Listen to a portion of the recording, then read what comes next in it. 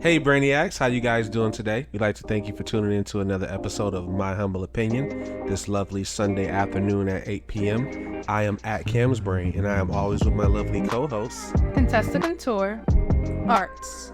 And we're back with episode 19. This episode, we are going to be talking about Black history. Black people, white people, Hispanic people, All sorts of people. brown people. It's not just about Black people. Well, It is. But it's about everybody. As Dr. Martin Luther King would say, we have to come together as a race. Come to what? Together. So we are in the month of February now, and it is the month of Black history. How you guys feel about that? Oh, I'm tripping. We are also here with Jigglypuff 5,000. Jiggly, Jiggly. How you doing, Jigglypuff? How you feeling? Scale from 1 to 10, where you at, sis? You don't know? Oh, okay. So, what has gotten you to an 8 at this point, Jigglypuff? At this point, I don't know. Good stuff. Just living life? That's what's up. Yeah. I'll take that. I take that. I'll take an 8 any day of the week. Sometimes I'll be at like a 5. I'm usually pretty neutral. How you feel about Black History Month this month? How do you feel about black people? How do you feel about Yeah. being black? How do you feel about? That's a good question. How do you feel about being black? It's cool sometimes, and then it's not when it's not. That's all I can say. That's a good question. Like, I don't think I've ever asked you guys as I individuals. love being black. Really? It's fun. That's cool. It's fun. That's what's up. I'm happy to hear that. I've had my struggles. I'm not gonna hold you. Like, if I think about being any other race, it's like, yeah, my race is like, it's like kind of like nobody would like. She just thought it was boring. What, being black? No, anything else. Oh, any other race? Not boring. I think every race has their, like you said. Yeah, we talked about this actually We for some talked about reason. this. Yeah. What was your response? I was like, all of them have their negatives, so you can't really. Obviously, black's the worst. That's what I said. But like one of the worst, or basically the worst. Yeah. Yeah, but yeah, all of them have their negatives. So obviously, like, Everybody's gonna be racist to some type of yeah, if you wanna take it that way, degree. When you say black is the worst, what does that mean? Like and stereotypical wise, or in actuality? Actuality. Oh, like in And stereotypical. it depends. I think a lot of like just like recently, it's kind of like not. I wouldn't say settled down, but it hasn't been as bad. I actually just walked into Mom's room. There's already something on the news Is it about really? this African American kid that was in school, and he had his hair in dreads, I believe. Yeah, And was in a Texas. nappy. This was Yeah. in Texas. And it was nappy. It's in Texas, Yeah. and they got him kicked out of school. And not even kicked out. It was like, Yeah, he got expelled He got for banned. his hairstyle. Apparently, he was. and it wasn't even like it. It was just his hair. Yeah. Like, my thing is, it as an African just hair. as an African American boy and girl. Typically, when you get dreads, that's kind of like your crown. So, to tell him to cut his hair Yeah. or do anything to it is kind of an insult. It has nothing. Like, you literally go to it, just learn, and then you go home. In regards to what you set in line for rules in order to control or dictate what certain ethnicities can do. So, in regards to this young man, he has something that seems, to us obviously very normal, but to a school that probably does not want that type of depiction of their students, it doesn't look good to them, and they want to keep a certain look for the representation of that school. And unfortunately, no matter how much they say that it's just based on rules and regulations, it can seem as though those rules and regulations are pointed towards a certain race based on appearance, which is really unfortunate. But yeah, that is a good example of like some stuff dying down, but at the same time, it's still being pretty messed up. Yeah, like, and obviously nothing is like evaporated. Like there's still a lot of problems, but Yeah. I wouldn't change it. I wouldn't say because I'm who cares? Like I'm fine with it. I don't really care. I feel like if I was in the other race, I still would like. I'd be the exact same. Obviously, I might probably I don't know, man. So you like being black? It's nice. Yeah, I don't care. Yeah. I did. But like, I feel like if I was black in any other time, I wouldn't. Obviously, why would you want to? So bad, yeah. It wasn't even bad. Like, it looked good. Yeah, Sarah looks good. It looks I didn't good. see it. Yeah, it looks good. Yeah, it's just like. It's actually Well, I don't solid. care. I I want to didn't see his see it. style. It's not even like it looks like he at least got it done like a month ago or something. What? They got mad over that? Yeah. Yeah. Okay, yeah, no. What? Expelled and everything. It looks fine. It looks fine. Who cares? Yo, that's crazy. Yo, it doesn't even. It hasn't even gotten nappy yet. Like, that looks fresh still. You know what That's I mean? crazy. Yeah, Yeah, no. it's pretty interesting. So, what experiences have you had based on your ethnicity that you think was a blatant action because of your blackness?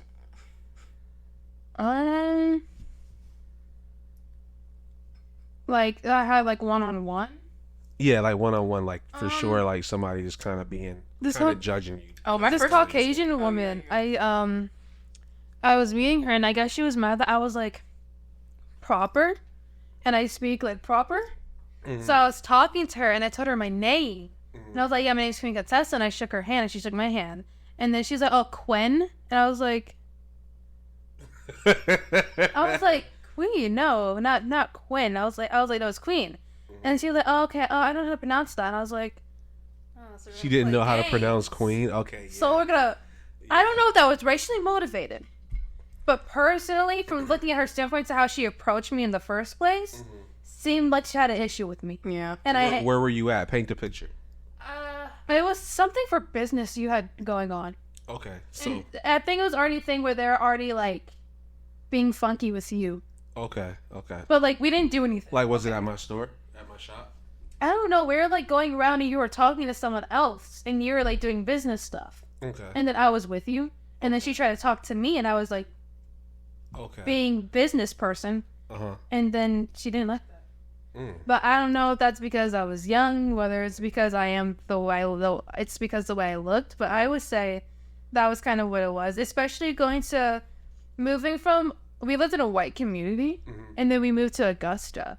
And I would say moving from a white community and then going to like a kind of more of an African American community, it was like everybody was shocked or surprised, but it wasn't racism necessarily, but a lot of the teachers disliked me more.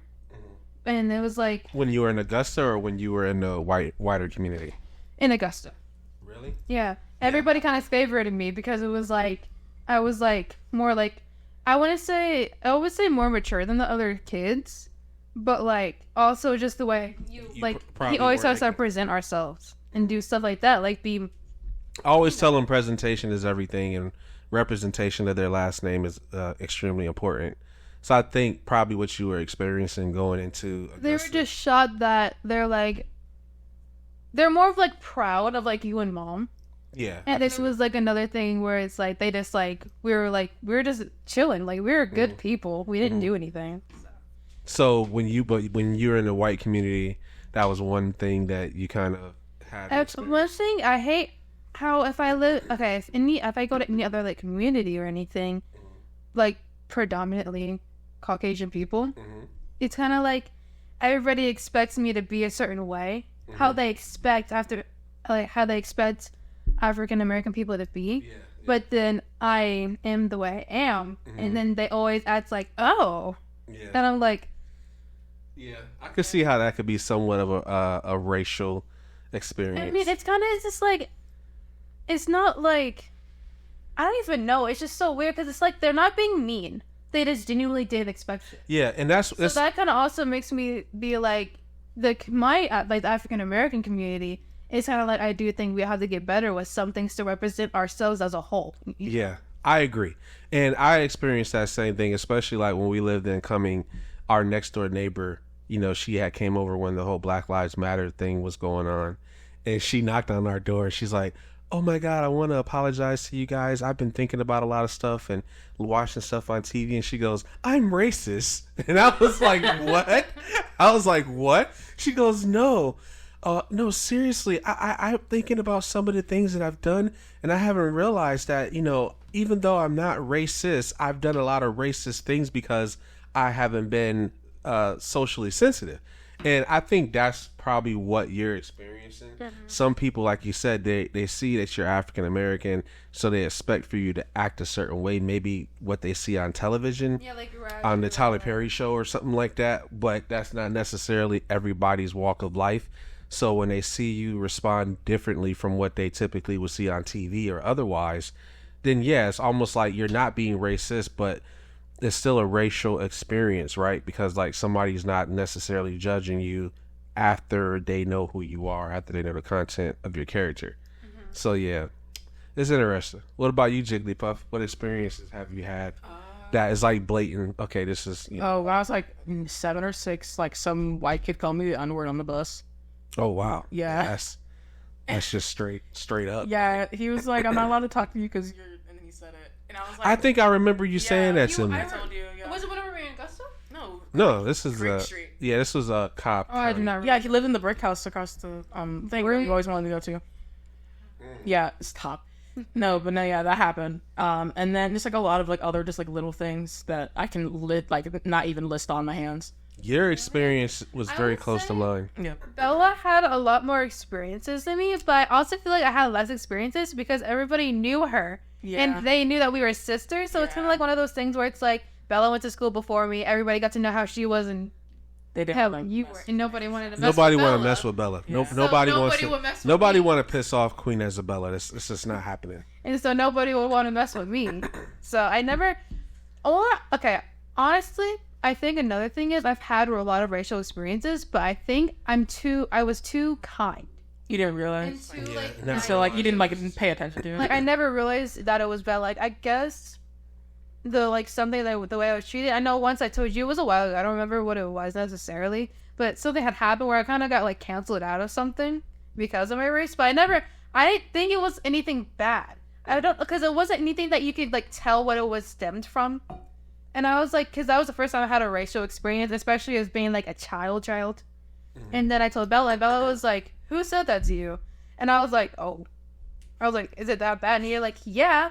Who did that? I don't remember that. What? When? It was a while ago. It was in elementary school. So yeah. I don't remember. I'm not gonna lie. So my racial experience was very similar to yours, Bella. I was in 4th grade. I was in school, and this kid that didn't like me, he kept just picking on me, and I had never heard the N-word before. Yeah. So I was oblivious to what it meant. And yeah, he was just picking on me, and one day he just kept saying it. He was like, leave me alone, N-word, leave me alone, leave me alone. And I got upset like the second time he said it to me, and I looked at him and I said, you an N-word. And he looked like he got red, like he was pissed, like he didn't know what to do. And the teacher heard me say it, and I got in trouble because I was the only person she heard say it. So I didn't know what I was saying. Like he could have been saying you're a jerk, and I just just said it back to him like hey, you're a jerk. So yeah, that was the first time I heard that word. I didn't know what it meant, and then I ended up asking my mom what it meant, and then she explained it to me. But the crazy part about it, after she explained it to me, I realized I had heard it before. When I was walking into Walmart, I asked this guy if he wanted my shopping cart, and he said no, N-word, and I didn't know what it meant then either.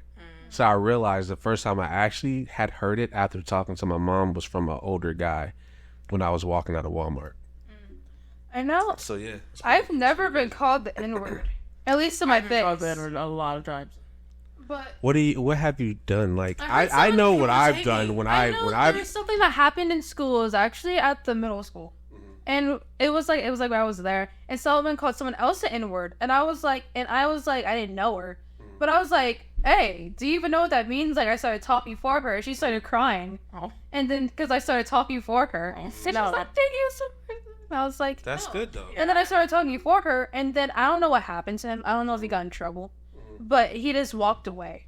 And then I was like, and that's whenever you and Mom were talking in the kitchen. That one, like there was a time you guys were talking. You're like, Mom was like, anybody can be N-word, and Mom was like, I don't care who you are, you white, like I'm gonna call you an N-word. Yep. And I was like, and I remember that was that conversation. I think it was like the day after. Oh, I didn't even tell you something else. The day after or something. And I was like, talking to him, I was like, anybody could be an N-word. I was like, you can be an N-word. And at that time, I probably sounded so stupid because I hate it. Because my voice is so, like, squeaky. Well, everyone's voices was. Like, I was in middle school, and so I'm up here like, like this. No, standing up for somebody is very important. And she was like... And the concept you're talking about, when you heard me and your mom talking, I absolutely agree with that. For me, it's a horrible word to use, obviously, and obviously us as an African American race used it earlier in life as a term of endearment because we were called it so much. And obviously with wisdom and education, you learn that it's still not good to give that word power. We can use it as a term of endearment, but our ancestors, that was the last thing they heard after they were hung or killed. So respecting that, obviously you become more compassionate with the meaning of the word. But however, what me and your mom was talking about was very much so how we felt at the time being younger. It's like for us that meant you were ignorant, right? So if you want to carry on the characteristics of somebody ignorant, it doesn't matter what color you are. You're gonna get called that if you want to be ignorant. And so yeah, I think the word itself is a horrible word. Whether you use it as a term of endearment or not. But yeah, I think it's cool that you stood up for the young lady, because at the end of the day, not everybody has the fortitude or willpower to do so. And it's also important to understand too that a lot of times things change socially when the other race or the other ethnicity sticks up for somebody else. Like things move quicker when Caucasian people stand up for African what's most disappointing to me is whenever I'm in public and a racist act happens to and me, they just watch, and yeah, the race or someone that I know knows it's wrong, but they just stand there and act so defenseless. Yeah. And it's like, if you think about it, you have more power than the person who doesn't know how to even speak properly. Yeah.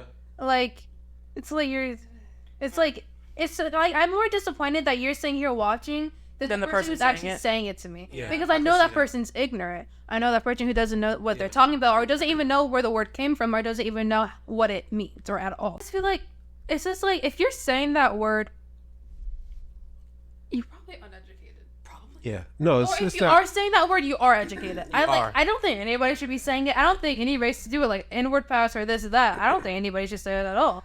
But my thing is like, at least know what you say before you say it. Like, do you even know what that word means? Yeah. I know I said that to someone. I was like, do you even know what that word means? They're like, oh, because someone randomly came out to me like, oh, can I get an in-pass? I was like, do you even know what it means?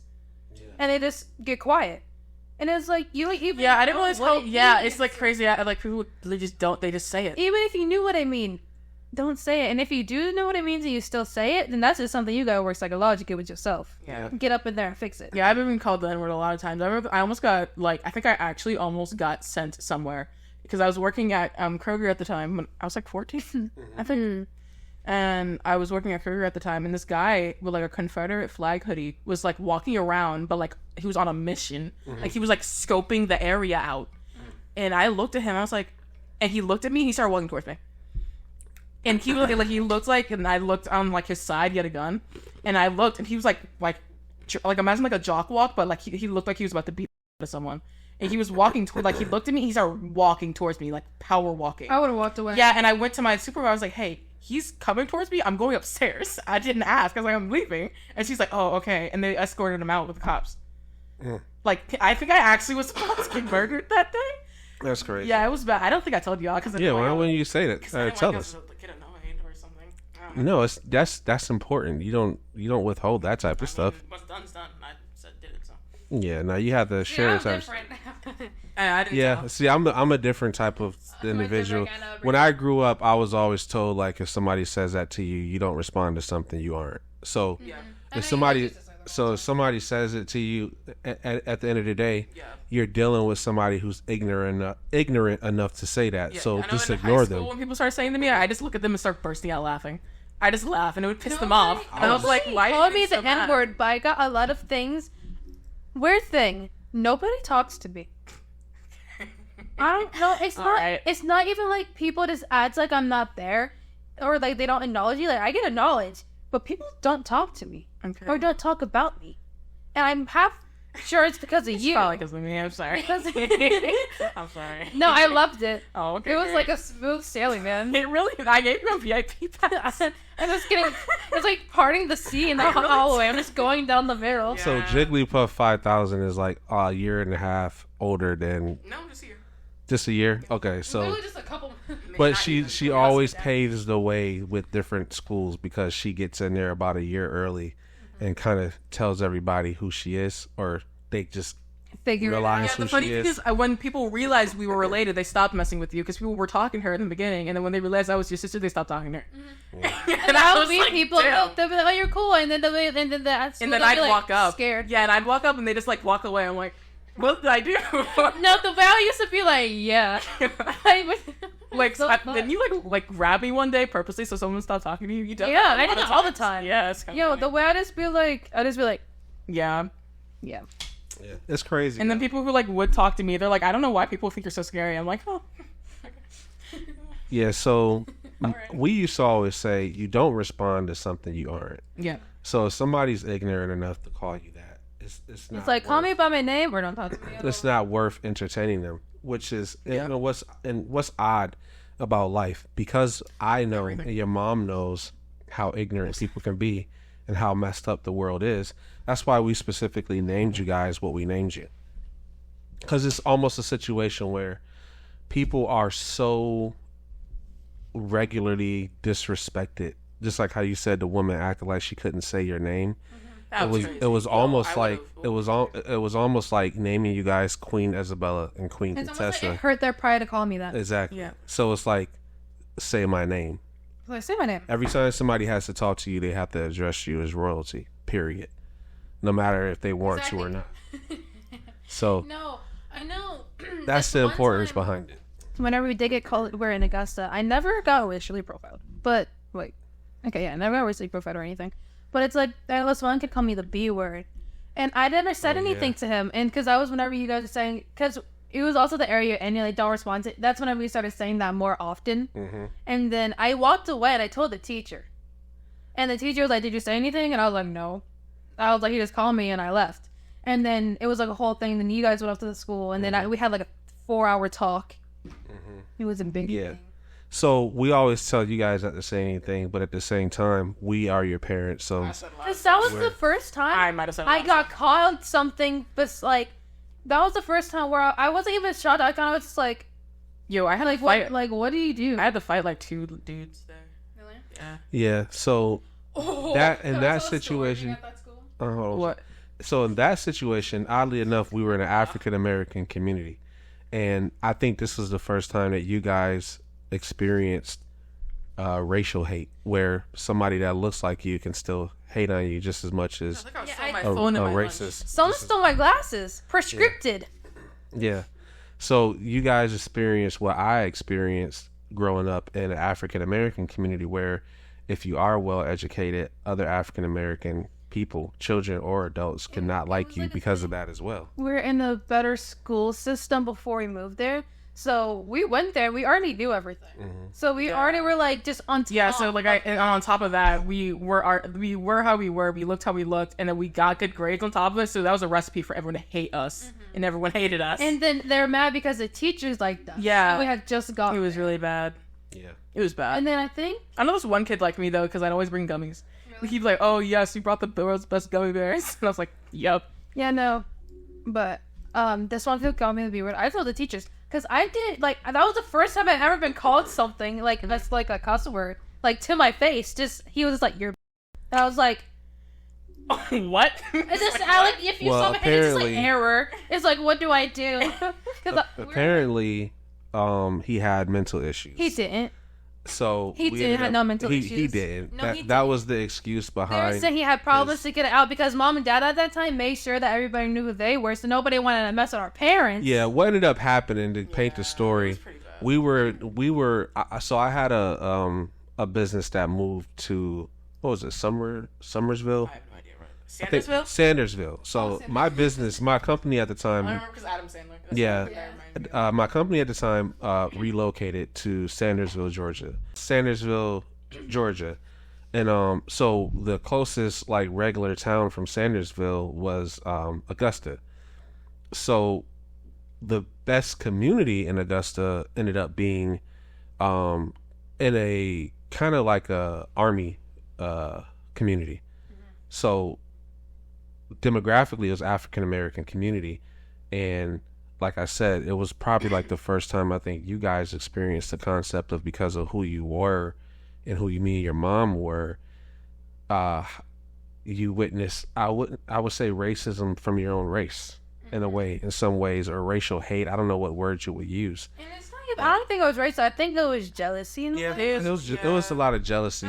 But yeah, we ended up having to go to the school when the whole B word situation went down, and it was a lot of oh yeah, you know, he's mentally ill and X, Y, and Z. He wasn't. And so how you handle a situation like that as an adult? I don't know. You guys handled that. All I know is that everybody was being so nice to me after, and I was like, oh, this is nice. Meanwhile, I had my phone stolen and my food eaten. How you handle a situation? It was like also that? probably because I was walking around with a Bible every 2 seconds because I was reading it at the time. Yeah, so on top of that, all the teachers were like, oh my God, you're one of the Lord. And I was like, yeah. Yeah, how you handle situations like that when you're experiencing things like that is from the position of power. So whether, you know, white or black, doesn't matter who you're dealing with at the time, me and their mother knew the concept of the position of power. So like how Tessa said, when we went into the school, we introduced ourselves. The first thing we always do, wherever we go in any community, we introduce ourselves. That's why everybody was shocked too, because we all went in and they introduced themselves, and then you guys always got the staff food. Yep. And I'm just gonna be at 100 because we are African American. We set the position of power, and we also set the position of respect. Right? We want the community to understand that we are going to be respected. We'll demand respect, but in the most positive way possible. So that's all based on how you represent yourself, like white or black. So respect while being respectful. Exactly. So what we do, we introduce ourselves. If we move our business into a new community, wherever, you know, we would do business or wherever we're going to be living. So we went into the school with everybody before the girls started school. We set up a meeting with the principal, with the teachers that they would possibly have, introduce ourselves collectively as a family, and then, like they said, we purchased food for the whole school, for the whole staff, for I think it was 2 days. I didn't know this. And then after that, we like donated food like every other Friday, just so people would know who we were. And it was the same thing. We would go to the police station. We would introduce ourselves to the police chief, to the fire department. Yeah, and it's also it's also knowing your community, giving back, allowing them to understand that you want to be an asset and not a liability. But at the end of the day, it shows them that you respect them, and in turn, they'll respect you, whether you're white or black. At the end of the day, if you handle yourself in that way, you're going to be respected. That's just how it's going to work. And that's why a lot of people of our race also didn't like us while we were there. And I thought it was very good. I was like, we're doing something for you and others. Yeah. Like, why you gonna be like that? Well, you're gonna always have some people that aren't going to like you. That's just how life obviously is. But it was like they were mad. I was like, why are you mad? That's how life is, because some people are mad that they can't do what you do, or they didn't think to do what you did. Yeah. Just like when the whole B word situation came in. Not every parent could walk in to the school, talk directly to the principal, have all the teachers pulled out of the classroom, and have the young man put in ISS until I talked to his parents.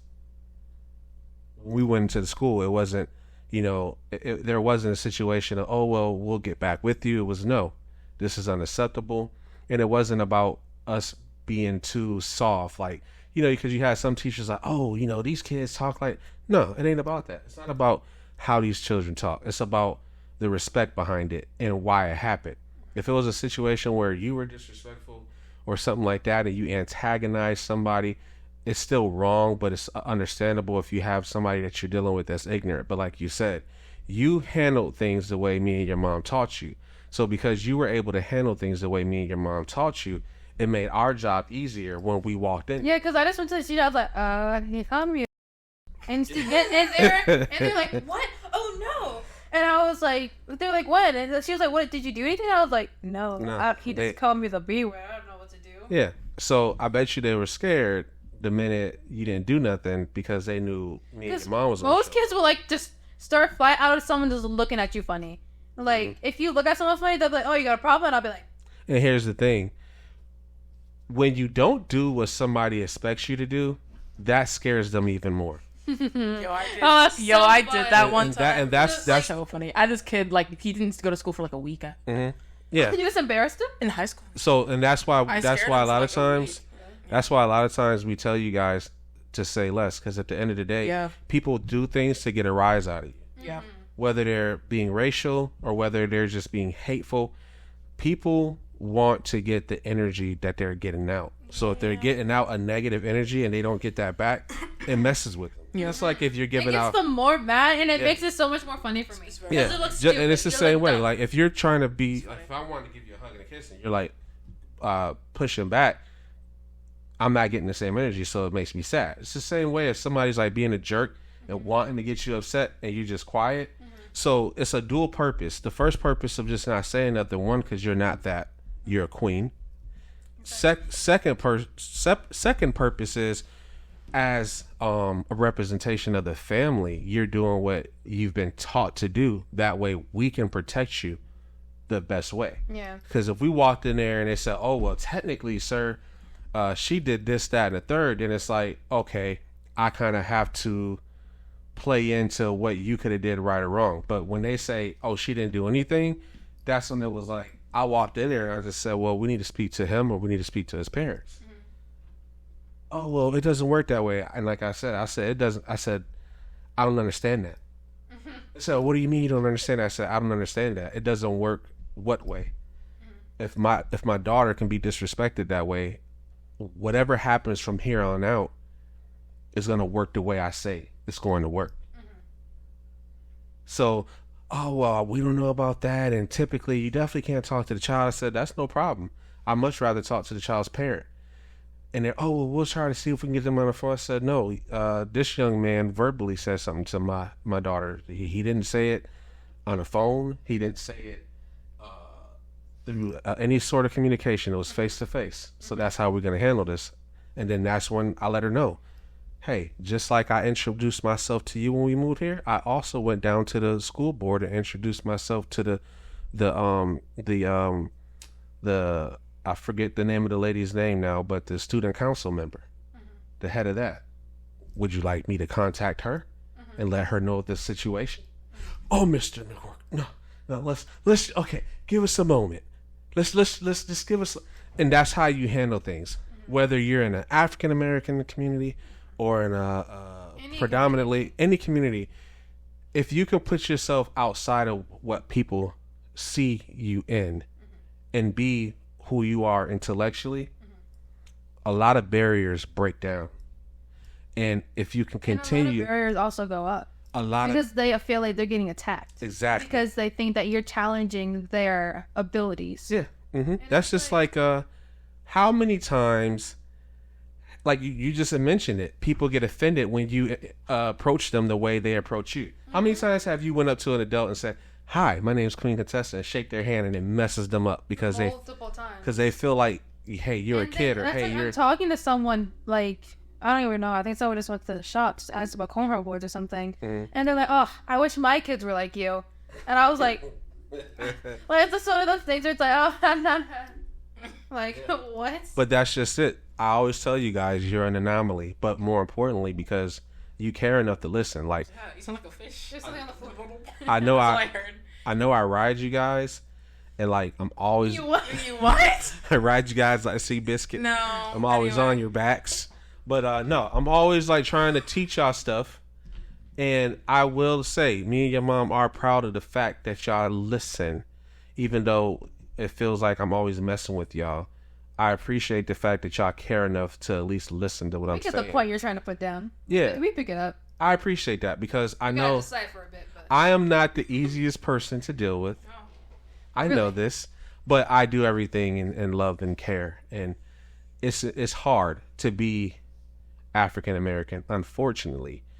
It's and hard you have to unless be very Unless it's fun. Unless you know how to work it. Yeah, you gotta know how to. You have to know how to work it. yeah, but 'Cause, you like, gotta some understand. things Not aren't- everybody has parents I like know. the way y'all got. That can teach y'all how to navigate these fools because people be wilding. Like it'd be I put my hands on someone once if they put their hands on me. You touch me, it's all over. You just Well, we be- always I teach pushed you this kid into guys. the wall We once. always taught you guys. I don't know if you remember this.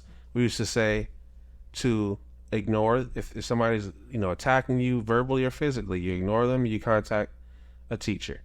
After you contact the teacher, you contact. If you have an authority figure, you contact an authority figure. After that, then that's it. You protect I yourself. used to be like, "You want me to get my sister?" Walked away fast. Well, you got a little bit easier Yeah. because you got Bella This- having your back. No, this one. But So- and there was another thing too where people were surprised. Like anytime drama would happen, people were surprised I didn't want to know. Like I don't care. Like something. Not important. Yeah, I know. I'm like I just not my energy. I really don't give a crap. But like people are like, hey, you know what I'm saying about you? And I was like, I don't care. Or like they'd be like, you want me to tell you? And I'm like, no, I don't care. And I It's know, not saying and they'll be like, and they'll be like, I'll tell you. I know you don't like to hear, but I'll tell you just because I feel like you should know because it'll be someone like close to me. And they're like, and then they're like, I'm like, okay, thank you for telling me. I guess kind of because I'm like, now I know I have to drop that person. But they're like, they know how I am, so it's like, oh, that's crazy. Another thing, like me going, high school, 9th grade, at this school, a lot of people are shocked that I easily drop people. Yeah. But it's just because of how they are. And it's not like it was easy to drop them, actually. But it's like, I guess people are more shocked that they're like, well, you think you're actually just gonna just not tell them? I'm like, it's very easy. Yeah. It's very just easy not to talk to someone, especially if they're ignorant or if they're a certain type of way. Or if you don't associate yourself in a certain friend group. People, like I have a group of friends, and they're in a bad friend group, but I'm still like, but I could be friends with one of them because one of them, like, it's like, I'm not going to associate myself with the other people because then if something happens, then technically I could be a part of it. And it's We like, were always taught. drama. Yeah, we were always taught with friends, less was more, and your siblings were your best friends. That's why I always teach you guys like the people under the roof that look out for you day in and day That's out. like Those are we your went best friends. to Your Universal. sisters are your best friends. And me and Tori met at the Harry Potter world. the Harry Potter world, and we were like, oh my god, hey, and we gave each other a hug before we like went off to our own groups again. But Tori got back home and she was like, oh yeah, I guess our like the group, I wasn't surprised that me and you like each other because most people don't like their siblings. And I was like, oh wow. Yeah, that's a real thing. Like, I don't talk. You guys, how many brothers and sisters do you think I have? Oh gosh. 7, 8. Almost. Yeah, my dad. Yeah. So I have what I know, 4 brothers, 4 or 5 brothers, 4 for sure. I think 5, and then I have 1 sister. Don't talk to any of them. You see what I'm saying? So that's why. That's why I always. I said 6 or 7. That's why I always drive it home to you guys about. I'm always on my Don Toretto family. Oh my god. But no, family is important, and the concept of having that unity is important. Like at the end of We the also day, have a lot of like, I would say we have a couple people who aren't like family but are considered family. yeah, for I would sure. say John Yeah, Jonathan. Yeah, Wheeler. Oh, yeah, I met Jonathan. yeah. So it's like, you can choose. God gives you the family you were born with, and then you choose a family that you have now. It's almost like you know who to be around, who not to be around. But yeah, I think it plays a really big factor. I have experience that was very racially driven. It's pretty deep. I don't know if y'all want me to share it. Let's get into it. No, I don't want to get into Okay, it. we'll We're get at into 40 it. minutes. It's okay. We'll get into it, and then we'll close out. So, all right. My first, like, oh, snap, this reminds me of something that my grandfather or my grandmother once told me. All right, so we were... Grandparents? Yeah. So, Yeah. I'll tell you after this. Okay. Yeah, so I guess I can tell you now. So, my grandmother, her name was Willie D. Okay. Hamilton, and my grandfather, his name was... How were they? Were they like? So my grandfather was extremely young. When he married my grandmother, I believe my grandmother was in her late 50s and my grandfather was in his early 30s. Okay, I thought you was like 20s or something. And this is obviously from what I remember. I probably have a little bit of the facts messed up, but they married my grandmother married my grandfather very young, extremely. He was extremely young, and so they adopted my mom and your Uncle Tony. So your Uncle Tony and your grandmother, they are adopted. And I believe that was done because at the time my grandmother was too old to bear children. Yeah. So, yes, I've heard stories from about my grandfather, some racial experiences that he had that were pretty interesting, like, police brutality and things of that nature. Now, fast forward to me being in my early teens, maybe, I believe at the time I may have been 16 or 17.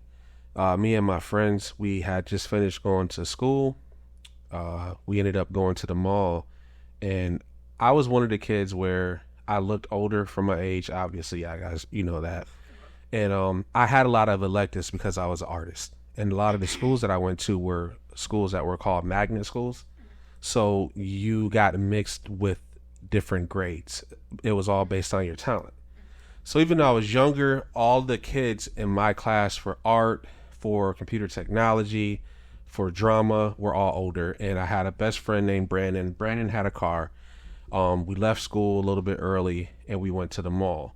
Brandon's cousin had graduated a year before us. He had a vehicle, and we ended up meeting at the mall after school. We went to this place called Kahunaville and played video games for like 2 or 3 hours, and then we all decided we wanted to go bowling. Actually, no, I take that back. It was a teen club we wanted to go to on the other side of the town. Yeah, I think so. That'll be fun. Yeah, I just seen a promotion on Instagram for a teen club.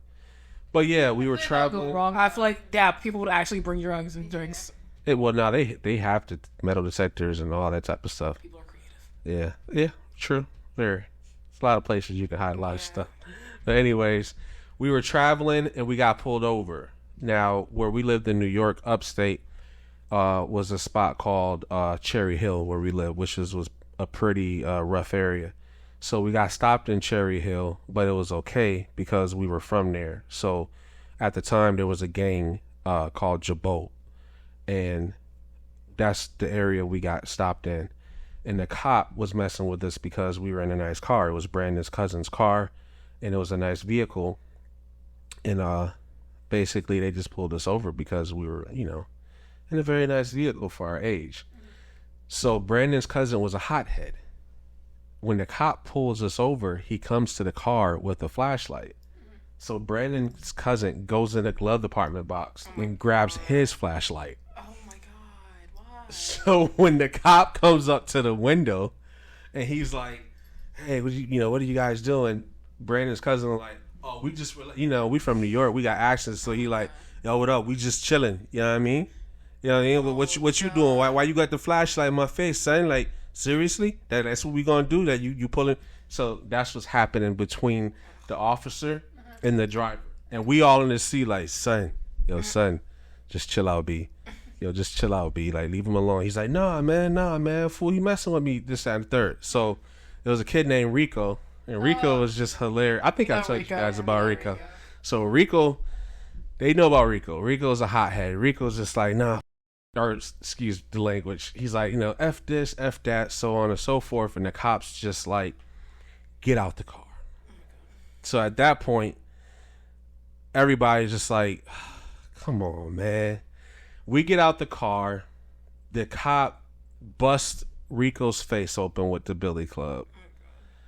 I had already messed up this tooth, but he hit my tooth and rotted my tooth here. So if you guys see me smile, you notice that one tooth is dark. I don't know which one is it. This one here, knocked that out of my mouth, and literally just beat the crap out of us. And then we thought that they were gonna arrest us. They put us in the back of the cop car, and I passed out. But what ended up happening, they drove us to the opposite side of town called Lemoyne, and Lemoyne was where the Bloods and Crips were. And us being Jabot, that was not the place to be. They basically left us for dead because if somebody would have seen us, they would have robbed us or they would have killed us. Yeah. Just period. We're all in where we lived, even if you weren't part of the gang, it was safer to wear their colors. Yeah. So at the time, we were all wearing purple in an area where, God. yeah. So Jabot was purple and gray, but they drove the cops drove us to an area where it was Bloods and Crips, so they wore blue and red. So So we got dropped off at this abandoned building. It was an old skating rink, and like I said, I was passed out by the time I got up. So it was a short drive. It's only like a 15-minute drive, maybe even less. Just strip and walk back to the car. But walking, it was like an hour because you have to go over the highway, over the bridge. So over like off of East Genesee. So we get there. I come to, and we don't have no shoes. We in New York, upstate. Oh. I don't have no shoes, no shirt. I got on my wife beater, and we all types of beat up. And we're walking. We're trying to get out of the area as quick as we possibly could. So instead of walking up the main road, we walked on the highway. And this old Caucasian lady pulled over. And she was like, "You guys get in my car." Oh, and we were like, "What?" She was like, "You get in my car. What has happened? Oh, Lord Jesus." And she started praying over us. I always say she was an angel. And this is why I say she's an angel. She drove us back to the car. And I know, I always say I kid you not, No. but when we got dropped off, we got out of the car. It couldn't have been no more than 2 minutes. She was gone. And it wasn't like she sped off because it was a bad area. Nothing like that. It was like... But you guys didn't hear her? Like we she got was out like, the car. We walked towards our car. We turned back, and she was gone. And it was late. It was like 3 o'clock in the morning. What? Street lights are on. There's no traffic. We're off of Cherry Hill. Cherry Hill is right off of like East. So off of could she have like backed up? Like was she like was there like a one way? Like, I mean, I'm sure there's a logical, obvious. Somebody would go, "Oh, she probably just drove off." No, you yeah. guys, you said you said you had a concussion, so on and so forth. But no, I'm just saying, people in the comments, I'm sure would say something like that. Okay. But I know for myself, you could hear a pin drop when we got dropped off as it was late. Like I said, you were on Cherry Hill, so. Code we had truancy officers because everybody else said the same thing, like she just left. Yes, that's yeah, and everybody was like, "Yo, where did she go?" Yeah. And Rico's he's spazzing out. He's like, "Yo, bro, I told you that." And he's weird. He's like, "I told you that B was an angel." I'm like, Yeah, "How did that right? see?" He's like, "All right, bitch was an angel." I told you, bro. I'm like, "Yo, you need to chill out." But anyways, We just got. yeah. Let's go. But yeah, it was crazy. I think she was an angel Yeah, that makes because sense. nobody picks you up on that side. Yeah, like doesn't make sense. And if you say Cherry Hill, nobody drops you off at Cherry Hill. Like, to give you a perfect example. How does she just know where to drop you guys off? We told her how to get there because, like I said, by that time we were straight. We were all walking on the highway. But the point, like Cherry Hill, to paint the picture, is literally the projects. It's a huge tower, projects building, apartments on top of the hill, and it's there. The area is so bad that there is a curfew for the area. So after 10 o'clock, if you're under 18, you can get a ticket, or they can take you to jail if you're out. Okay.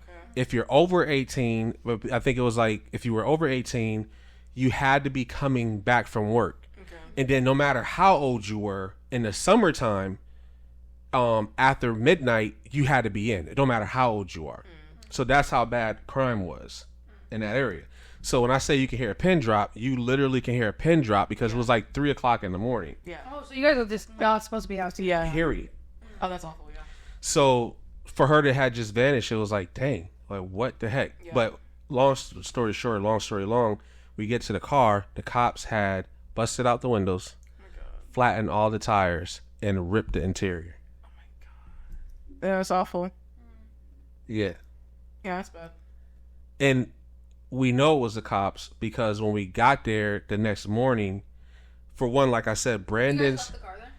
The cops left the car there because we thought we were getting arrested. When they pulled us out the car, they beat us, put us in the cop car. What did you guys didn't have the key. They took everything? They took everything. And the tires were flat. Yeah. So when we got back, the next morning, everybody on the block is like, "Hey, yo, they came back through, son. They busted the window, son. We told them to chill out, B." And like I said, Brandon's cousin was well known in the area, so he was. They knew it was his car. Put it this way. That's the worst area in New York. Brandon's cousin can leave his car running with the windows down with the money in the front seat. Oh, damn. And nobody would touch his car. Oh, that's crazy. So that's the type of person you're talking about. Oh, that's crazy, yeah. So we knew it wasn't nobody in that area that would be that stupid to do something like that. And so yeah, and then like I said, we got up that morning. Everybody in the block was just like, we were at the bodega, right where we was at, and everybody just was like, yeah, man, it was like, yeah, son, they came back, bro. They was wilding, and I'm just like, this is crazy. But that was a blatant example for me. Yeah, that's when I learned it didn't matter how intellectual I was, how proper I dressed, so on and so forth. You definitely had to be careful of the company you kept, the areas that you're in, and the things that you do. Yep. Because you don't want to make it easy for the person who is being racist. You don't want to make their ignorant job better by playing into the stereotype. Yeah. But that was one interesting moment that I had that was extremely wild and a life lesson for sure. Yeah, that makes sense. But yeah, I think this month for Black History, it's going to be important to reflect on those things and figure out how we as people, specifically African American people, can break the stigma and the stereotype and become greater than what people would assume we are. I think it's important for everybody to try to read and gain knowledge about some stuff. So if you guys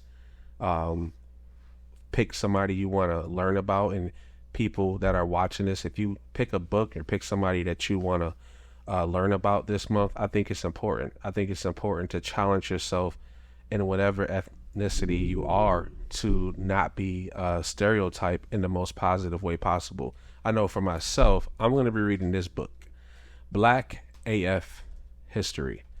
And it's basically about the about the whitewash of America. It's by an author named Michael Harriot, and it basically breaks down certain things that happened in America that America would probably try to wash up or dumb down as not racist when in actuality it was racist. And again, it's the concept of being aware. One thing I always say, specifically to the girls, I know a lot of people